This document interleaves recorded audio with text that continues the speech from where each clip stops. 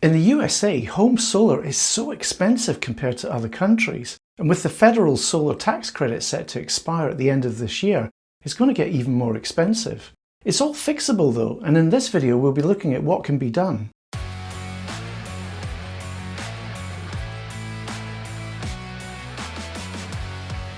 Hi there, I'm Gary and welcome back to my channel, Gary Does Solar. I'm based here in the UK, so inevitably my videos often have a bit of a UK slant. But I always try to keep a close eye on what's happening with solar all around the world. And I have to say, I'm concerned about what's going on with solar in the United States of America. You might remember I sat down with Martyna from Solartime USA last year for quite an eye-opening interview that taught me all about the US solar market, the costs, the red tape, and just what homeowners are up against. If you haven't seen that video yet, I've put a link in the description. The fact of the matter is that the cost of home solar in the US is much higher compared to places like the UK, Europe and Australia, making it really tough for US homeowners to go green.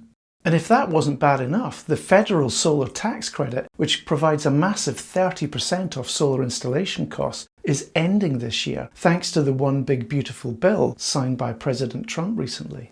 A growing percentage of my YouTube audience is from the USA, nearly 20%, and so I'm planning to spend a bit more time on what's happening in the US, not least because what happens there has a huge effect on the rest of the world. And as part of that commitment, I'll be attending RE Plus in Las Vegas next week. It's one of the biggest renewable energy events in the world, and if you'd like to meet me there, I'll give you more information about that later in the video. Okay, let's have a look at why US home solar is so expensive and what can be done to reduce those costs. To do this, we're going to be looking at this white paper that was issued by Tesla Energy in the last few days. It's called Breaking the Cost Barrier in Residential Energy. The paper depicts a notional solar and battery setup comprising a 9.6 kilowatt peak solar array and a 24.3 kilowatt hour battery system, which Tesla Energy depicts as 1.7 Powerwall 3s. The paper then looks at the cost of installation of that setup in the USA. You can see the high-level breakdown of costs in this chart here, all expressed as US dollars per watt.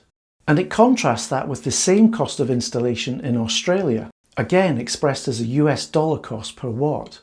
I have to admit that expressing cost this way for home solar was new to me. We don't typically talk about a cost per watt in the UK, and it was only after my chat with Martyna that I found that it was quite a common approach used in Texas and the rest of USA.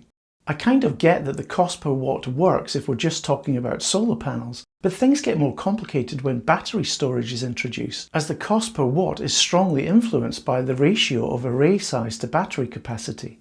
But as we see here in the white paper, Tesla Energy cover this by fixing both in their notional solar and battery setup.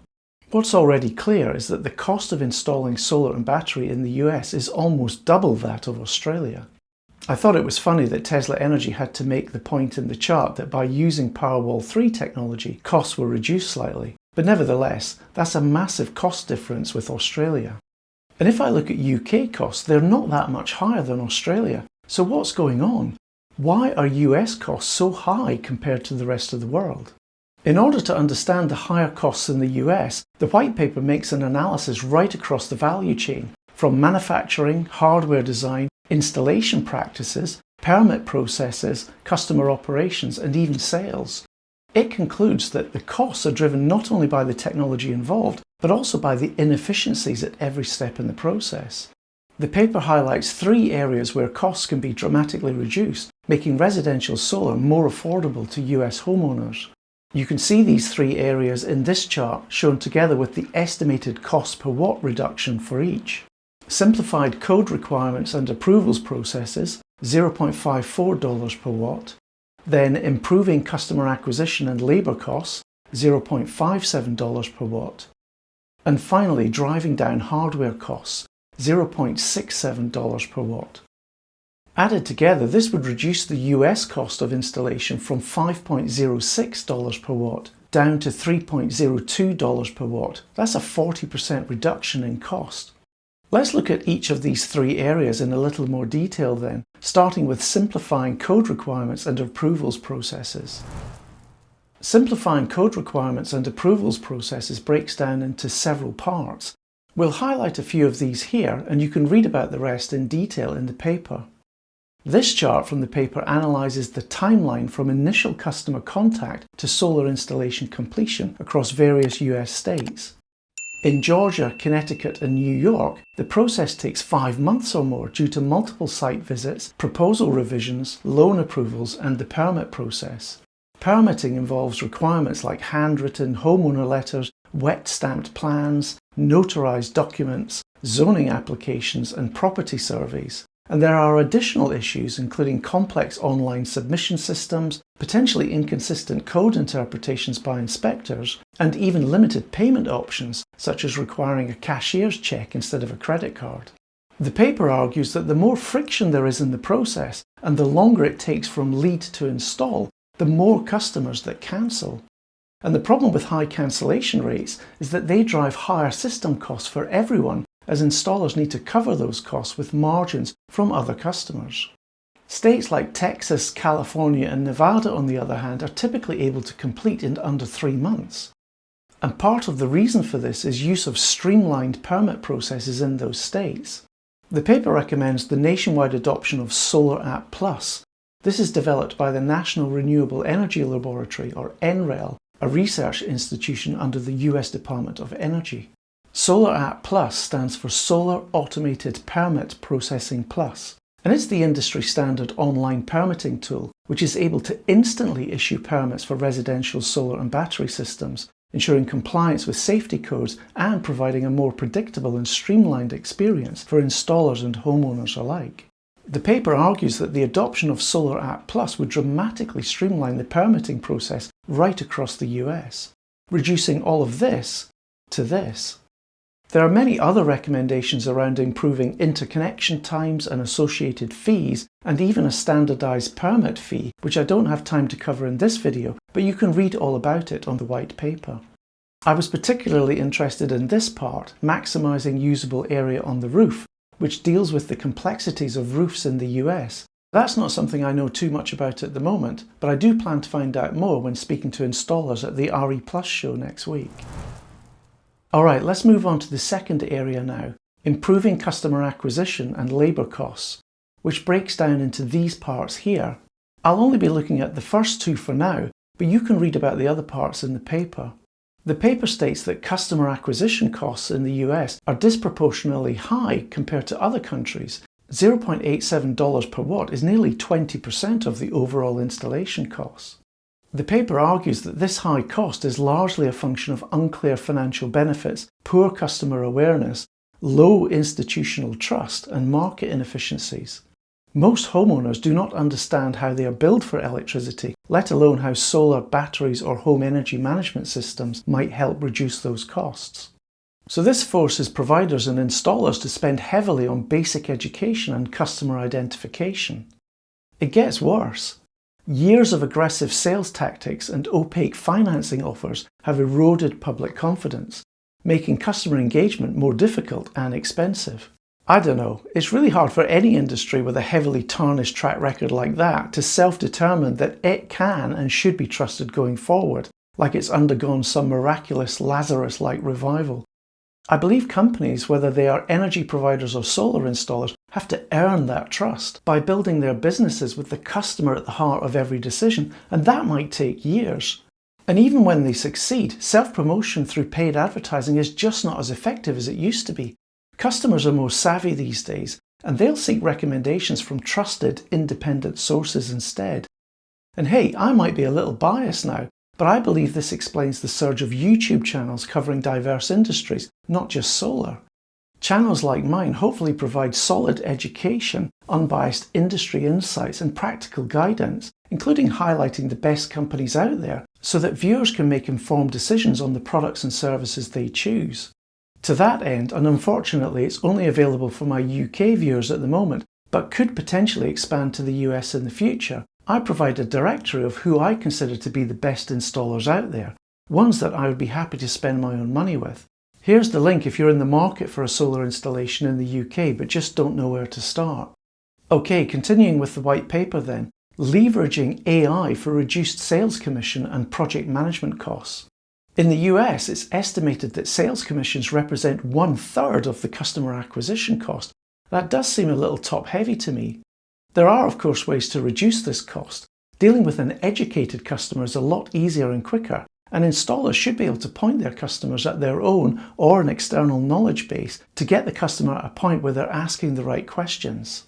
And of course, artificial intelligence is at a point now where customers looking for solar can ask all the questions they want before even approaching an installer.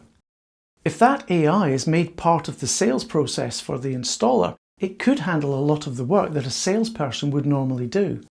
Now, I'm not saying that AI is for everyone, but there are many people out there who are very uncomfortable being sold to by another person, and they would be quite happy constructing a deal for themselves using an online process instead.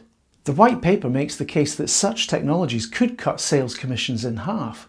That may be true, but there is always the danger that the human touch is all but removed from the equation, and so I think there's always a balance to be had. Okay, let's now look at the third and final area, driving down hardware costs. Now, all three areas have the potential to reduce the dollar per watt cost significantly, but it's this last area that the white paper identifies could have the most impact, with a reduction of $0.67 per watt. And as you can see here, the area splits down into 4 parts. The first part is saving by scaling domestic production and reducing tariffs on components, and it's quite an important one. The paper highlights a significant discrepancy between global module prices and US landed residential module costs. The average price per panel in Australia is $0.17 per watt, but in the US it can be 2 to 3 times that price. This disparity stems from foreign subsidies, cheaper raw materials, labour, electricity and large-scale manufacturing abroad. And even though many residential solar installations in America today leverage US manufactured panels, there are tariffs to be paid on the imported subcomponents for those panels.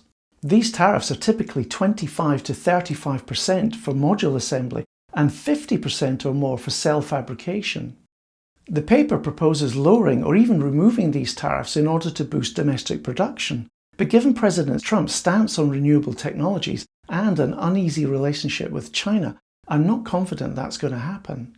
The second part is all about deploying string inverters instead of microinverters. The paper notes that most countries outside the US use string inverters instead of microinverters, and claims that this results in a cost reduction of $0.1 to $0.2 per watt. It also claims that microinverters are only cost-effective when there is very high shade on the roof. I guess there is debate to be had around that. My personal view is that if your property suffers from no shading or just hard shading from chimneys, dormers or neighbouring buildings, solar panels already have mechanisms to protect themselves from that kind of shading, and therefore microinverters are not able to improve on that.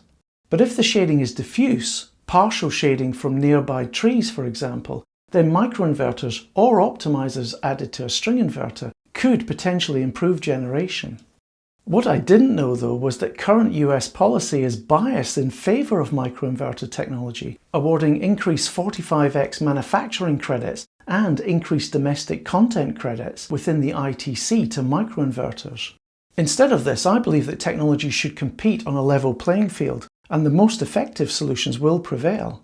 I agree with the paper, therefore, that the only way this can happen is if subsidy policies remain technology neutral. Back to the 4 parts again, and I won't cover them all, but this next part, integrated battery inverters, really leads on from the previous part, where the paper claims that there are significant cost savings to be had by reducing the number of electrical components in a solar and battery installation. I happen to agree with this, and I'm currently working on a video discussing the topic of all-in-one DC coupled solutions, and I think that video is going to come to you after the next one. The Tesla white paper is quite detailed, and I don't necessarily agree with everything it says, but it's a really good starting point for discussions. So to my US viewers then, what's your take on it all? Are you happy to pay a higher price for equipment which is predominantly driven by the current import tariffs? And will these tariffs have the intended effect of driving US-made solar products at scale?